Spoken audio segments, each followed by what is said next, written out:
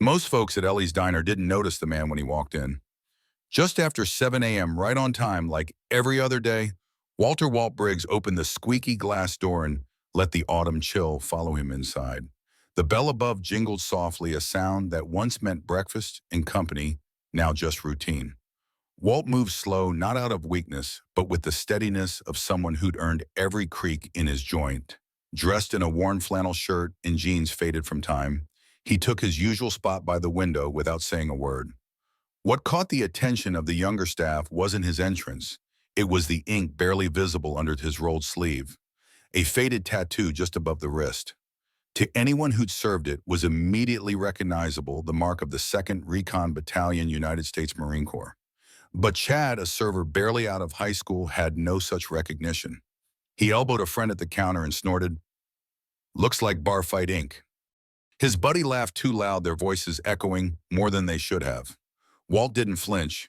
He had faced worse than teenage ridicule in his life, much worse. 3 tours, 2 Purple Hearts, 1 prosthetic hip. Yet here in a sleepy diner in a quiet American town, the deepest cuts came from ignorance, not enemy fire. He placed his order the same as always, biscuits and gravy, black coffee, no cream. Chad jotted it down with a half smirk, not even meeting his eyes. Around the room, the regulars subbed their drinks, glanced up briefly, then looked away. No one stepped in. No one said a word. Outside, maple leaves rustled in wind, piling like red and gold quilts along the sidewalk. Inside, the only music came from a scratchy jukebox playing an old Patsy Cline track. Walt sipped his coffee slowly. He didn't need to defend the tattoo. He didn't need to explain himself. That mark had been inked in a world far from here, under a different kind of sky, one filled with sandfire and silence. It told a story that deserved more than a snicker. But Walt knew something most of them didn't. Silence has weight. And sometimes dignity speaks loudest when no one else is listening.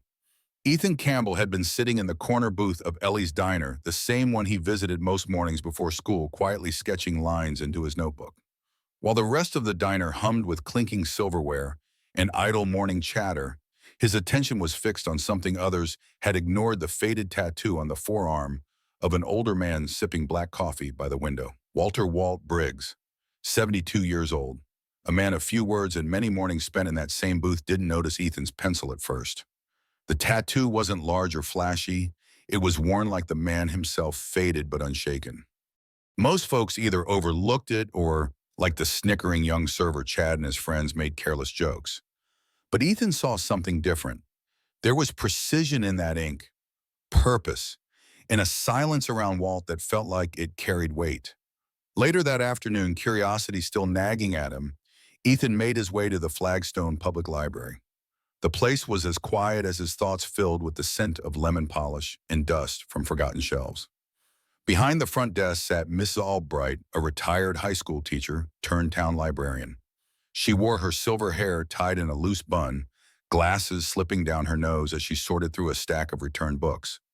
"What brings you in today, Ethan?" she asked, her voice warm but surprised. "I saw a tattoo this morning," Ethan replied, pulling the sketch from his notebook and laying it carefully on the desk. "On Mr. Briggs' arm. I think it means something." Ms. Albright leaned in, adjusting her glasses. Her eyes narrowed, then widened slightly. "Oh my, that's the insignia of the 2nd Reconnaissance Battalion Marines. That's no ordinary ink, Ethan. That's history." She disappeared into the back for a few moments, returning with a large manila folder marked "Local Veterans." From it, she pulled a photocopied newspaper article dated June 1971. The headline read, "Corporal Walter Briggs awarded Bronze Star for Valor." Below it was a grainy black and white photo of a young Marine standing at attention next to a senior officer. His expression was stoic, his posture sharp. "That's him," Ethan whispered, recognizing the jawline, the eyes, and the tattoo peeking from under the uniform sleeve. "He saved lives over there," Ms. Albright said softly, tapping the article. "Most folks don't remember. Walt doesn't talk about it, never has, at least not in here. But that day, the whole town lined the streets when he came home." Ethan held the article carefully, as though it might crumble from age or the weight of its forgotten truth. He folded it along the creases and tucked it into his notebook. His chest felt tight, but not in a bad way, more like something important had settled there. Something real. Outside, through the library window, he spotted Walt crossing the street, paper bag in one hand, moving slow but steady. No one else looked. No one waved. But Ethan saw him, and that meant something. The rest of the day felt different. Ethan's sketchbook stayed tucked under his arm, and the weight of that article burned gently in his thoughts. He knew now that the man others joked about was someone who had carried more than just old ink on his arm. He had carried others out of fire and then carried their silence when the rest of the world moved on. And Ethan, pencil still in hand, had no intention of letting that silence continue. The bell above the door jingled just as Walt Briggs settled into his usual corner booth at Ellie's diner. It was Veterans Day, but the town of Flagstone, Texas didn't celebrate it like it used to. Red, white, and blue banners fluttered from lampposts outside, and a few paper stars hung in the window. But inside the diner, things felt the same, quiet and different like any other day. Walt ordered his black coffee and biscuits and gravy without needing a menu. At 72, he'd sat at that booth more mornings than he could count, and no one had ever asked why the same faded tattoo peeked from under his sleeve. Not until the teenager Ethan Campbell took interest.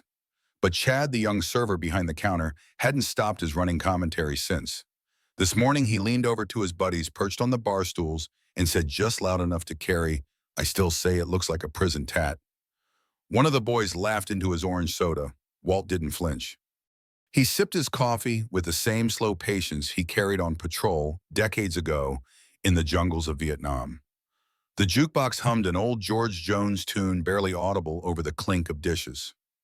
Across the room, Ethan sat near the window, notebook tucked to his chest like a shield, watching everything. Outside, the wind stirred fallen leaves across the sidewalk, and for a moment it felt like the world might pass this morning by in silence until the door swung open again. 4 men stepped inside. Their presence changed the air in an instant. They weren't in uniform, but the sharpness of their posture, the clipped hair, the polished shoes, all of it declared who they were. The tallest, a broad-shouldered Marine with silver at his temples and eyes like polished steel, scanned the room, then stepped forward. He stopped beside Walt's table, removed his hat, and raised a firm salute. "Permission to approach Sergeant Briggs," he said. The entire diner fell into stillness. The jukebox cut off mid-verse as if someone had pulled the plug. Forks paused mid-air. Even Chad froze at the counter, mouth slightly open. Walt looked up, his gaze, calm but probing. "Depends who's asking," he replied, voice even. The Marine lowered his hand and offered a nod. "General Thorne, sir. 2nd Recon, Firebase Kilo. You pulled me and the rest of my squad out when we were pinned in 68. A second man stepped forward, lean, red-eyed, younger than Thorne, but still weathered. "You dragged me through a rice field with a bullet in my leg. I never got to say thank you." Walt blinked, his hand still resting on the edge of the table. Slowly he stood. No dramatics, just steady movement. "We all made it out," he said simply. "That's what mattered." The Marines nodded solemnly, their voices thick with something beyond formality. Memory, perhaps? Recognition. The kind you couldn't fake. Chad stared, paling by the second. I didn't know," he muttered, more to himself than anyone else. He fumbled with a coffee pot and spilled a splash onto the counter. Walt didn't turn to look at him. His focus stayed on the Marines. "Sit if you want," he said, gesturing to the booth. "My knees don't like long speeches anymore." The men smiled and slid into the bench across from him, filling the space with quiet reverence. A few regulars in the diner shifted in their seats, suddenly more aware of the honor wall near the restroom that had gone mostly unnoticed for years. Ethan, still seated by the window, slowly opened his notebook and began to draw, his hands steady, his face unreadable. Sarah, the waitress, appeared from behind the counter with 2 glasses of lemonade and a plate of pie. She didn't speak. She just placed them on the table gently and nodded once at Walt. For the first time all morning, his eyes softened. "Maria's recipe?" he asked. Sarah smiled. Her niece sent it over last night. A moment passed, and then another. The jukebox clicked softly back to life, playing the Marines' hymn this time not by accident. Walt lifted his coffee, now warm again, and took a long sip. No one clapped. No one cheered. But everyone remembered. Respect didn't have to be loud. Sometimes it just walked through the door and saluted. After the Marines left Ellie's diner that morning, the silence they'd left behind wasn't awkward. It was sacred. No one returned to idle chatter. The air felt different now. Something had shifted in the heart of the little town, something that couldn't be undone. Sarah, the owner of the diner, stood behind the counter, still holding the empty coffee pot in her hand. Her eyes drifted to the back wall near the restrooms, a cluttered corkboard where flyers for yoga classes, lost dogs, and outdated specials had been tacked up for years. Without saying a word, she walked over and began removing the old papers one by one. A bakery coupon from last summer. A reminder about bingo night that had long since passed. Slowly, she cleared space for something new. When Walt noticed what she was doing, he didn't say anything at first, but after a long sip of his now cold coffee, he reached into the inside pocket of his weather jacket and pulled out a folded envelope and a creased photograph. He stood slowly, walked over to the counter, and laid them in Sarah's hands. Her name was Maria Sanchez, he said, voice low but steady. She was a Navy corpsman in Nam. Saved more lives than I could count, including mine. She never made it home. Sarah opened the envelope, gently revealing a handwritten letter. The edges were frayed, the ink faded, but the handwriting was neat and strong. Alongside it, the photograph showed a smiling young woman in fatigues, her arms slung around two other Marines. Behind them, sandbags and the outline of a helicopter pad. She gave me that letter the night she died, Walt continued. Asked me to deliver it to her brother. I never found him. I never opened it. Didn't feel like it was mine to read. But maybe now, maybe this is where it belongs. Sarah's fingers trembled as she pinned the photo to the top of the board, just above a fresh piece of paper labeled Honor Wall in block letters. Beneath it, she placed the letter in a clear sleeve, sealed to protect it, yet open for all to see.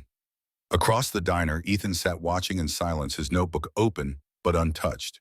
He walked slowly over, stopping beside Walt at the counter. Will you tell me about her?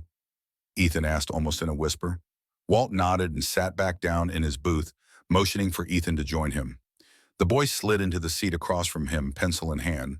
She was tiny, Walt said with a soft chuckle.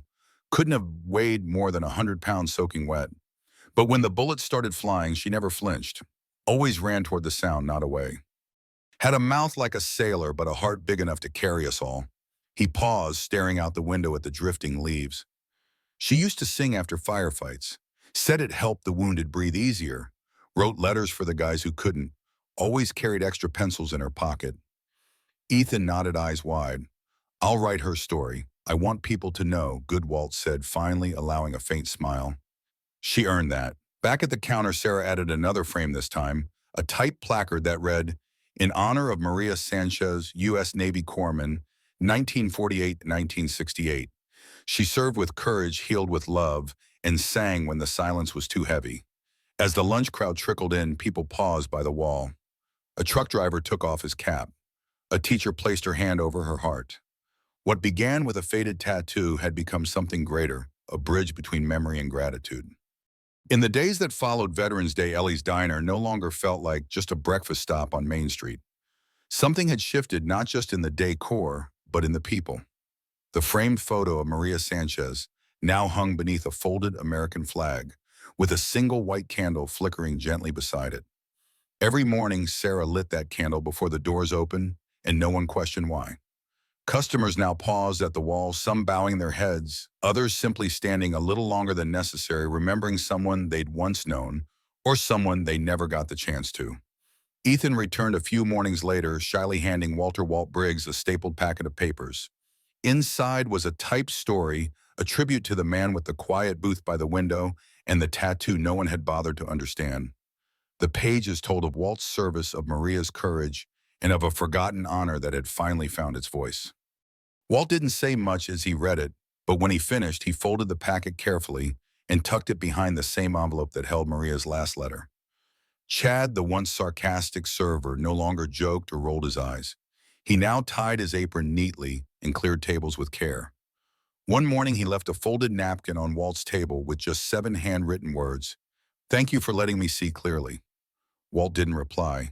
He didn't need to. Now, each Veterans Day, instead of ignoring the date, Ellie's hosts a quiet morning gathering. No speeches, no banners, Just black coffee, warm biscuits, and a community finally remembering what truly matters.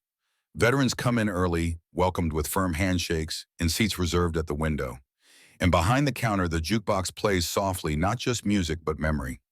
Sometimes it only takes one question, one sketch, or one act of remembrance to heal what silence has buried. Honor doesn't always arrive in uniform, and courage doesn't always speak out loud. In a world that moves too fast, pausing to truly see someone like Walt Briggs can remind us that history isn't just what's written in books, but what's carried in hearts and scars. If this story moved, you leave a comment below. Maybe share the name of a veteran who deserves to be remembered. Don't forget to subscribe for more real stories that honor the quiet heroes among us. Because sometimes the loudest impact comes from those who never asked to be seen.